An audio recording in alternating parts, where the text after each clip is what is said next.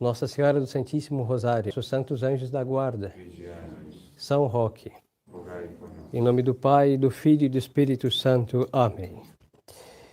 Louvado seja nosso Senhor Jesus Cristo. Podem sentar. Hoje nós celebramos o domingo dentro da oitava da festa do Corpo de Deus. E hoje é o segundo domingo depois de Pentecostes e a comemoração de São Norberto, que foi um bispo fundador dos Premonstratenses e um defensor do Santíssimo Sacramento. E por providência de Deus, sua festa hoje coincide também dentro dessa oitava. Nós acabamos de ouvir o Santo Evangelho, em que Nosso Senhor convida algumas pessoas para uma cena. Ele é esse dono, esse pai de família do Evangelho. E alguns deles se deram por desculpados. Um comprou um campo, o outro comprou bois, e o outro se casou. E essas três classes disseram, e usaram essas palavras, me dê por desculpado, por excusado que não vou. Então Nosso Senhor mandou chamar paralíticos, pessoas que não estavam convidadas, os que encontrasse pelas praças, para que fosse para esse banquete. E Nosso Senhor disse: os que foram convidados e não vieram, não provarão da minha mesa.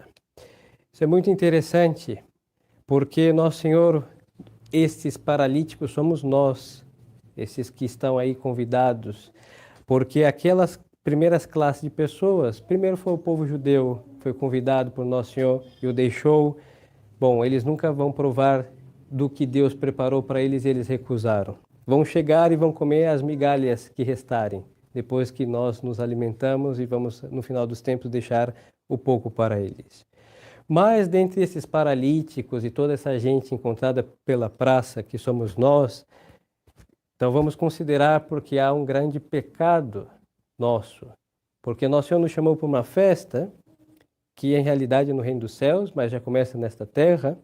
E este alimento que ele veio dar não é um boi que ele matou, não, é ele mesmo imolado que se deu por nós. E nós que éramos aí mendigos, errantes, perecendo de fome e maltratados pelo diabo, pelo mundo, por todos, ele nos trouxe, nos lavou, nos vestiu, aí nós temos o nosso batismo. Deus Nosso Senhor realmente nos pegou em filho de Adão e Eva, nascido, saiu aí desde a concepção, salvo Nossa Senhora. Desde a concepção já somos leprosos e imundos, hein? Mendigos, tudo de ruim somos nós. Depois de nascidos, Nosso Senhor nos lava e nos veste, é o batismo.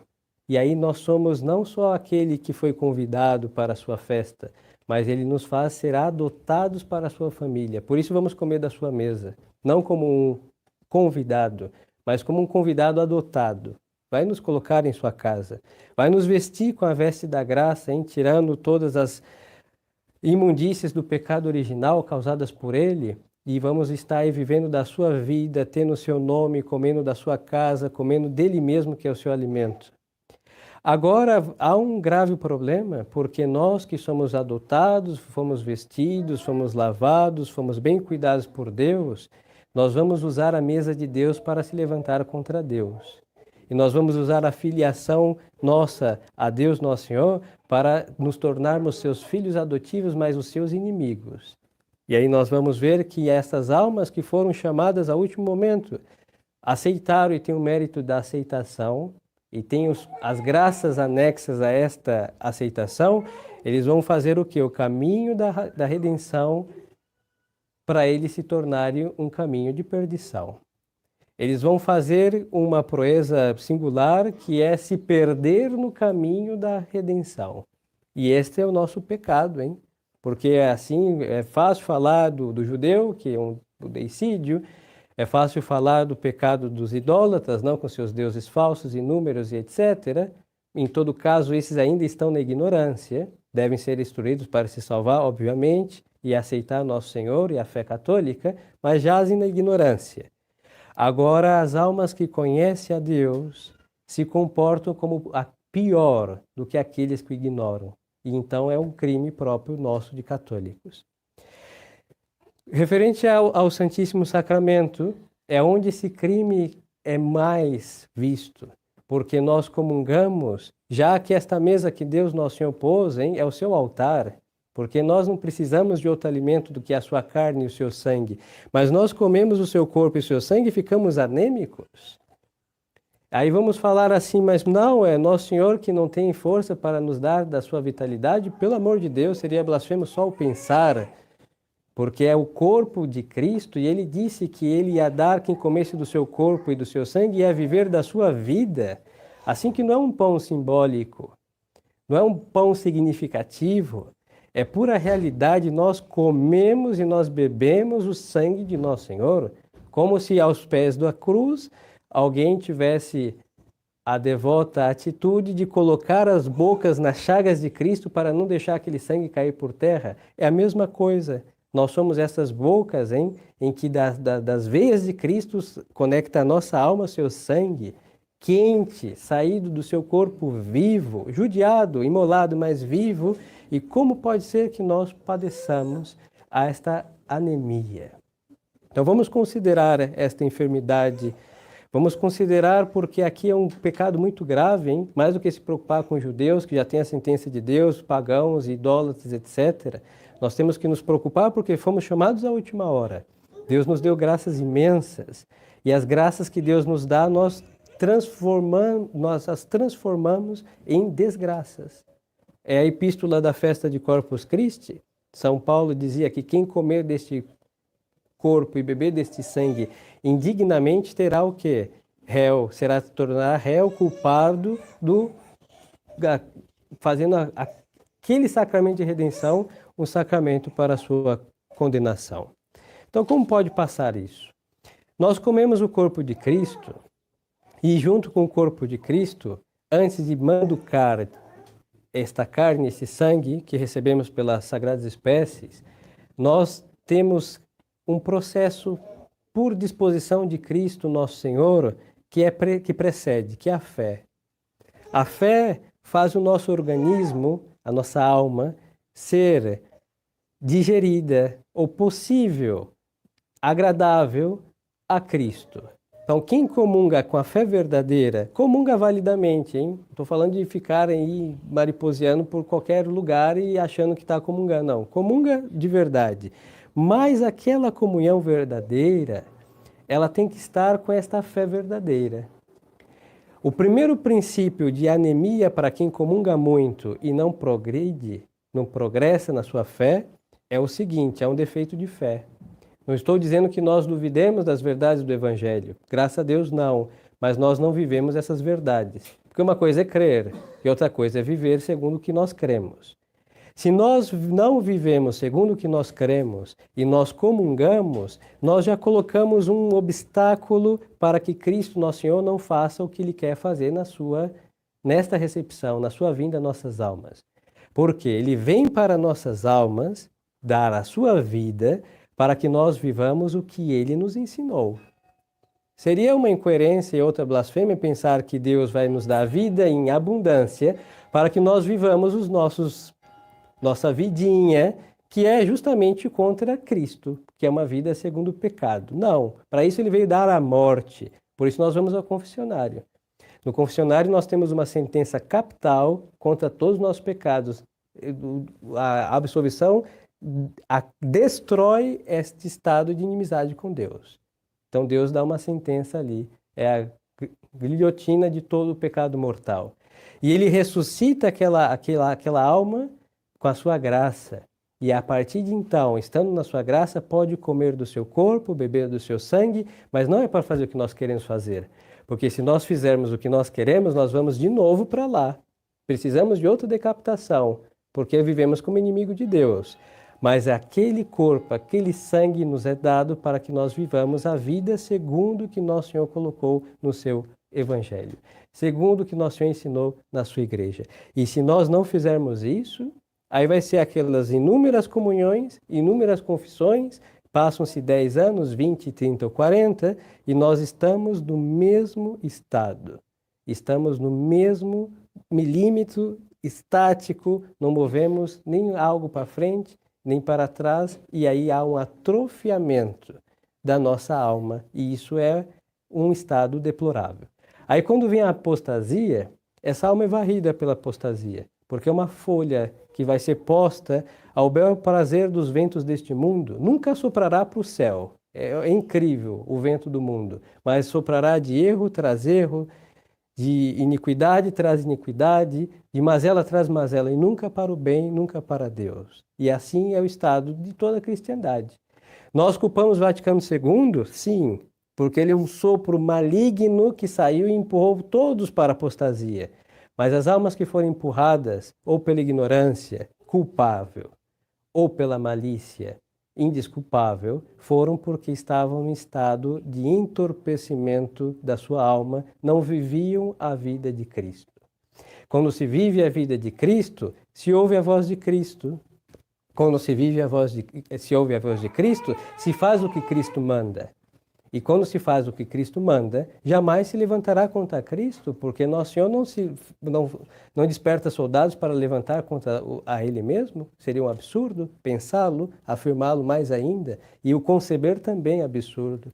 E aí nós vamos entender, então, toda a apostasia, quer passada, quer presente, é porque houveram muitos comungantes, mas poucos que viveram a vida de Nosso Senhor Jesus Cristo.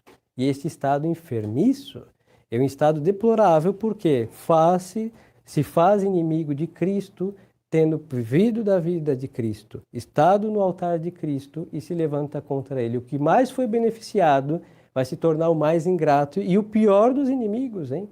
O demônio nunca comungou, nunca, jamais o fará. O demônio nunca teve as graças que nós tivemos, hein? E nunca terá. E ele não é tão terrível como o apóstata. E eu me atrevo a dizer, como a alma tíbia, a alma que não quer avançar, porque faz tudo para ser empurrado para o céu, mas ela freia com a má vontade e muitas vezes também com a sua ignorância da fé, ela freia o ímpeto de Deus. E isso é uma coisa grave. E isso é assustador. E por isso Deus Nosso Senhor, na disposição da Santa Igreja, deixou esta festa do Santíssimo Sacramento, hein? Para que nós tenhamos presente que é Ele que nos leva até Deus. E a nossa alma está destinada para o Santíssimo Sacramento, porque o céu é comungar sempre, sem jamais se separar de Nosso Senhor. E nós precisamos de viver a vida de Cristo para chegar lá, mas ouvir a voz de Cristo para obedecer, e aí nós nos tornamos realmente um cristão, que é ser outro Cristo. Então peçamos, queridas almas, a Deus essa graça. E eu repito aqui, não é uma questão de muitas comunhões ou poucas comunhões, hein? Porque muitas já se fizeram ou se farão, mas se não forem motivadas pelo fim, que é ser um cristão de verdade, muitas comunhões serão de pouca monta, de pouca valia. Agora, uma comunhão feita com esta intenção de querer ser de fato todo de Nosso Senhor, pensar como Nosso Senhor, fazer o que Nosso Senhor quer que seja feito e viver da sua vida, aí esta vai ser a comunhão.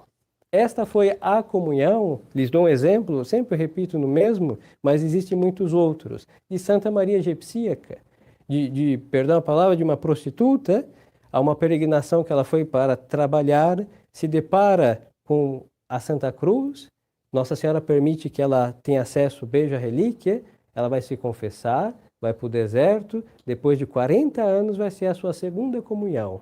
E no ano seguinte, o santo que visitava falou, eu volto ano que vem. Mas, bom, ele chegou tarde e foi a única comunhão, a primeira ou a segunda, que fez ela virar o que ela virou, uma santa.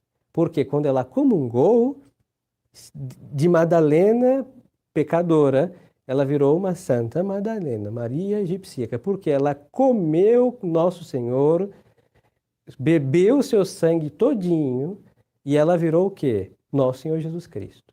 Penitente, mas virou. E foi a comunhão que a transformou de devassa numa santaça, imensa santa, que nos dá a lição, porque nós não temos comunhões diárias, porque nós não merecemos castigo de Deus, porque quando tiveram, maltrataram. Então Deus se colocou um pouquinho mais distante.